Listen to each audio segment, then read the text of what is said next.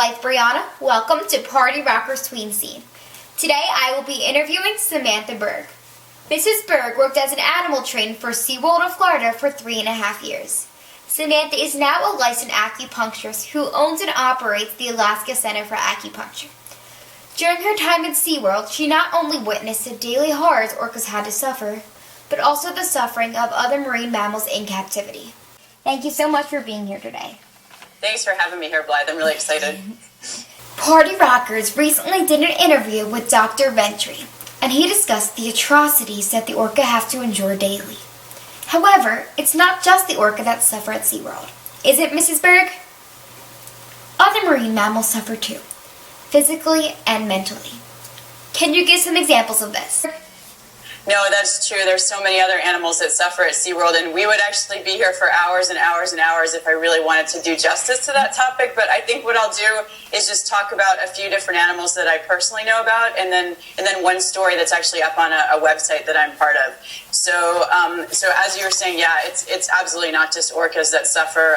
One of the animals that a lot of the marine parks say do well and thrive in captivity are the bottlenose dolphins. But in fact, one of the things that bottlenose dolphins have to deal with in a lot of places in captivity is they're often in petting pools. So they're constantly being subject to people trying to touch them. People actually try to stick things in their blowholes. They don't have shelter to get away from people. In some cases, they don't even have shade. They're packed into these very tight pools. It's very stressful. Animals have died actually from ingesting things that have been thrown into the petting pools. People sometimes treat the petting pools like they're a wishing well. So they throw all sorts of things in there, and the dolphins eat them. So it's amazing what you find in the bottom of a petting pool, actually. But one animal that I worked with personally, I want to tell the story about her. Her name is Celeste, and her name was Celeste, and her mom was Shannon, and her father was named Lester. That's how they came up with the name Celeste. And so when I worked at the Whale and Dolphin Stadium in the early 90s, Celeste's mother had already died, and so Celeste was a very subdominant animal, which means that she just was low on the totem pole. Basically, all the other animals were more dominant than she was, and the older females would actually beat her up and kick her around and make her throw up her food. And eventually what happened was it became more reinforcing or positive for Celeste to throw up her food and play with it than it was for her to eat it. So I actually watched this animal who I love dearly, who was very much imprinted on humans and seemed to really want attention from people. So she started throwing up her food all the time, not even when the more dominant females were around. And eventually it just became so reinforcing or positive for her to throw up her food and play with it that she starved to death. Despite us trying to tube feed her, and despite us trying to do everything that we could to get her to eat and retrain her to eat normally, she actually wasted away to nothing and died. So that was a pretty horrible thing to witness. The other thing that I saw as a trainer at the Whale and Dolphin Stadium was the death of a false killer whale. And I think that you guys know about The Cove. You've seen the movie The Cove. So you know about the dolphin drives in Taiji. But when I was at SeaWorld in the 90s, I knew nothing about the drive. I didn't know how the animals had gotten to SeaWorld. So there were 4 false killer whales at the Whale and Dolphin Stadium when I started. And one of the whales was named Zori, and she was always very sick. So I asked my colleagues, well, why is this whale so sick all the time? She couldn't perform in shows. And they said in hushed tones, they said, well, she's from Japan. And I didn't even know what that meant. I didn't understand. I thought that maybe the Japanese facilities were more inferior, that the animals weren't, and maybe that's why they got sick. I had no idea that she'd come from this horrible situation where she was driven into this cove and her family members were killed, and then she was plucked out of there and put in a holding facility with animals she probably didn't know, and that's how she eventually ended up in SeaWorld. So Zori was often on antibiotics, she was on antacids, she was very sick all the time, and eventually one day I came into work and one of the senior trainers handed me a clipboard and said, Sam, start taking respirations on Zori. And what that meant was that I needed to just follow her around the pool and count how many times she took a breath every 5 minutes. And her breathing started to get more labored, and she started to got more and more agitated. And then she started swimming very tight circles, and she started beating herself up against the side of the pool. It was very violent. She was thrashing around because, of course, these are mammals, and while they're starting to die, they're struggling for breath. So Zori basically beat herself up against the side of the pool while everybody was standing around watching and couldn't do anything. And finally, she just threw up this huge amount of blood and guts. It was like everything from her insides just came out, and she just sank slowly to the bottom. And then there was this moment of silence, and one of the vets turned to the other. They'd been watching the whole thing, and they said, "Gosh, I thought we were out of the woods with this animal." And that was so horrifying to me because I was an animal science major as an undergrad, and it felt like frontier medicine. Like they didn't really know what they were doing, and the vets had actually thought that this animal was going to be okay, and she died right in front of them. So those were two things that I personally witnessed. And then you can also go on our website at Voice of the Orcas. We have a blog, and we had a woman named Cynthia Payne wrote in and spoke about her experiences as an animal care specialist at SeaWorld. She also worked in Orlando. And she tells this awful, sad story about a walrus named Gwen, who I actually worked with.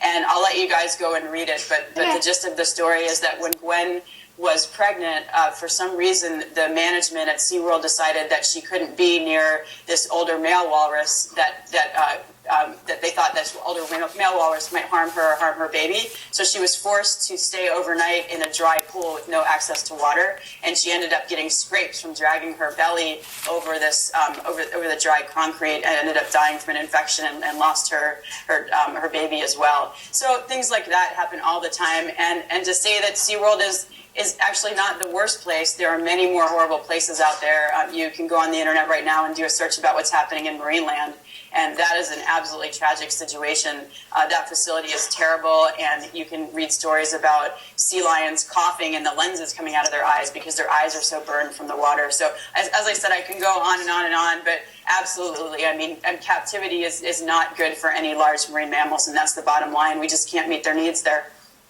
I think what people don't understand when visiting these sites is that these mammals, in the wild, live in a social environment much like ours and rely on their relationship and interaction with their pods. They are ripped from their families and forced to live a life of isolation. It is absolutely devastating. Can you touch more on this? Sure, and if you've seen the movie Blackfish, you can see where Dr. Lori Marino talks about the part of the brain that killer whales have that humans don't have. It's called the paralimbic cleft. And what that part of the brain is about is basically where the animals have their identity.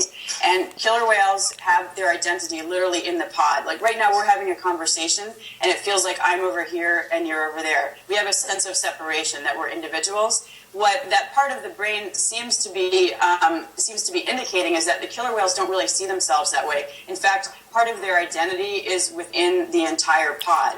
So when you remove an individual from the pod, you're not just hurting that individual, you're hurting the entire pod. When you separate a mom and a baby, you take the baby away from the mom, whether it's a baby and a mom in the wild, or whether it's a baby and a mom where the baby's been born in captivity. You're actually hurting not just the baby, but you're hurting the mom as well, and you're hurting the entire pod. So that's part of the problem with these animals, because they do have such complex social structures. And then in captivity, in a place like SeaWorld, where they're asking these animals to perform, and I should say they're not really asking, they're forcing these animals to perform every day. In some cases, like with dolphins, it could be 7 or 8 times a day, and with the killer whales, maybe 4 or 5 times a day. They're actually moving the animals around they've already created these artificial pods where you have animals that don't necessarily speak the same language or get along with each other particularly well. But then they're also forcing these animals to move around to different pools so they can have particular animals out in the front show pool to get the performance that they want. So they're not even really allowing the animals that are there to work out their social issues. So you get things like what happened back in 1988, where a whale named at SeaWorld of San Diego, where a whale named Candu rammed another whale named Corky, and she hit her with such force that she actually broke her jaw and she bled out. And there's video of this. Unfortunately, you can see it in the movie Blackfish, where this animal actually bled to death in front of an audience. But there are lesser examples of social strife that you also see in the movie, where animals are raking each other. They're constantly trying to establish dominance. Killer whales are a matriarchal society. The older females are the ones that are in charge. Then you get a weird situation like in Laurel Park off the Canary Islands.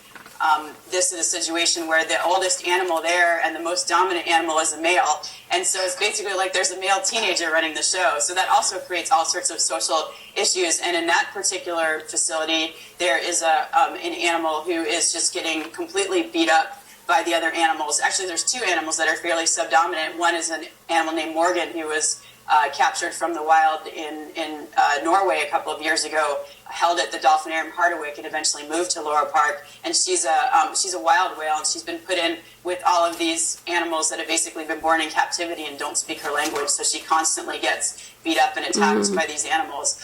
It must be kind of like living in an insane asylum for her. And so there are plenty of examples like that where animals just flat out do not get along because of the artificial situation in captivity.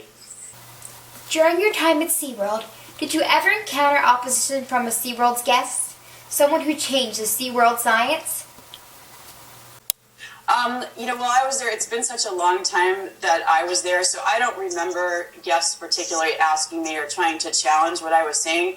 Back then, and even up until about 3 years ago, SeaWorld was considered, the world leader in killer whale science, which now everything I know, of course, that's pretty ridiculous. And I think part of that is because it's such an isolated environment, and the people working at SeaWorld, the management working at SeaWorld, I think they do believe that they know everything about killer whales. And when you start there as a new trainer, you really want to do a good job. You want to get in the water and swim with the animals. So you do what management tells you to do, and you say what management tells you to say.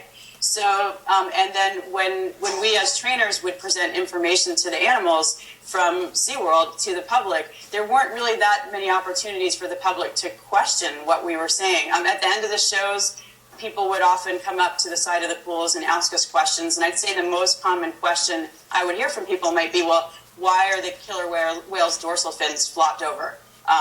Or they would ask something about, how long these animals live in the wild versus in captivity. And so, yes, we would say the party line to people, which again you saw in the movie Blackfish, that the SeaWorld told people that, and they still tell people that killer whales live about 25 to 35 years. And they tell them that they don't know why the dorsal fin is flopped over, and that it's normal for dorsal fins to be flopped over in the wild. And of course, you saw in the movie Blackfish how that is absolutely not true. But I don't think at the time back then, I don't think the public was questioning SeaWorld the way that they are now. So I think many more people, I would actually like to go and be a fly on the wall after some of the shows at the parks and listen to the kinds of questions that people are asking the trainers now that they've seen the movie. But I think the message is getting out there now that SeaWorld has been basically misleading the public for many, many years about the health of their animals and about the truth about what really goes on behind the scenes. So I think that information is getting out. And although you still probably can't get it when you go to the park from the trainers, there's plenty of information on the internet. And of course, you can go to our website, Voice of the Orcas, and you can read more about what the truth about what SeaWorld's saying versus what's really going on. I don't understand how people can watch TV and see other animals here abused, such as dogs and cats and even elephants, and be in such an uproar. Why do you think that this is not the same when we see marine mammals in captivity? I think that people think that what's happening at a place like SeaWorld is science for some reason. There's a great picture you can find on the internet that I think that brings it home for me, and it's a picture of a woman riding on an elephant, and she's wearing a sequined outfit, and she's got her arms up in the air. And when you look at that picture and the elephant's rearing up, and I think in my mind I see circus. That's immediately what I think. But then when I see a woman in a wetsuit on the tip of a killer whale's rostrum or nose doing the same thing, in my mind I used to think for some reason that somehow was science. But when you look at those two pictures together, and it's definitely worth going on the internet to see it, and you see the woman on the elephant and you see the woman on the killer whale, it's very clear that the woman on the killer whale, it's also a circus. But again, I think that SeaWorld has had the microphone, so to speak, for the past almost 50 years, and they've been able to characterize what they do as science. In fact, just recently, a few days ago, they put out a press release, and it was a picture of Tilikum, the whale who killed Don Brancho, and you can see that again in the movie Blackfish. And they were doing some kind of metabolic studies on his resting metabolism, and they had all this scientific paraphernalia out, and trainers and people were writing things down and looking like they were measuring things to try to present the idea to the public that somehow they're doing science that benefits wild whales. And that's absolutely not the truth. I mean, while I was there, the only science that I saw besides trying to understand how to keep these animals alive longer so they could keep making money off of them and getting them to perform. The only scientific study that I actually witnessed with an actual scientist was a guy named Dr. Frank Fish, who came to the Whale and Dolphin Stadium, and he was watching the animals swim across the front pool, and it was basically a hydrodynamic study. He was looking at the movement of the water over the animals, and I think the information was going to be useful for maybe the boating industry or ourselves. And fortunately, due to people like you and the movie and also the book Death at SeaWorld by David Kirby and all of the amazing articles that have been written over the past few years, again, I think the message is getting out that SeaWorld is, in fact, just another version of a circus. It just happens to be using marine mammals instead of these other animals, but it's no better, and we need to make some changes.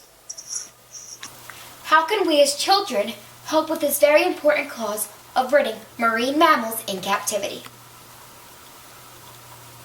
I think just doing what you're doing now, getting the word out. You can certainly ask your teachers if they would be willing to show Blackfish in the classroom. You can talk about it with your friends.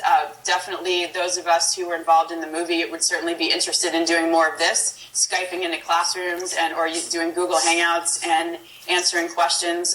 Or again, you can always write to us and ask us questions. But the big thing is just to talk about it. If it's an important issue for you, then you need to tell your friends about it, tell your family about it, encourage other people to not buy a ticket to these places, and then work with organizations that are in the process of trying to get these things online. And I was just overseas in Europe. The Born Free Foundation has been around for 30 years, and they've been advocates trying to get animals out of zoos, out of circuses, back into sanctuary situations. In the U.S., there's the Humane Societies, there's the Animal Welfare Institute.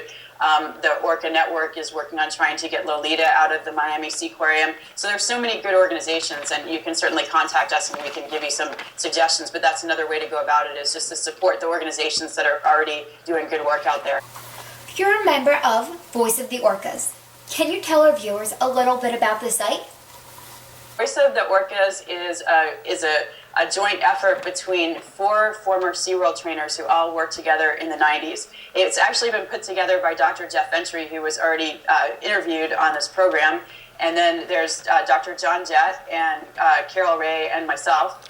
And all 4 of us worked together in the 90s, and we've started speaking out against SeaWorld shortly after Don Branchow's death. In fact, Dr. Ventry was the first person to say anything. As a former SeaWorld trainer, he actually went on CNN the day after Don Branchow was killed in February 2010. And then eventually John Jett was the second person to speak out. He actually wrote an op-ed piece for CNN. And then eventually the 2 of them were interviewed for an Outside magazine piece by a man named Tim Zimmerman. That's called Killer in the Pool, and you can also read that online. And after Tim wrote this article, I had a chance to read it, and Carol Ray also had a chance to read it.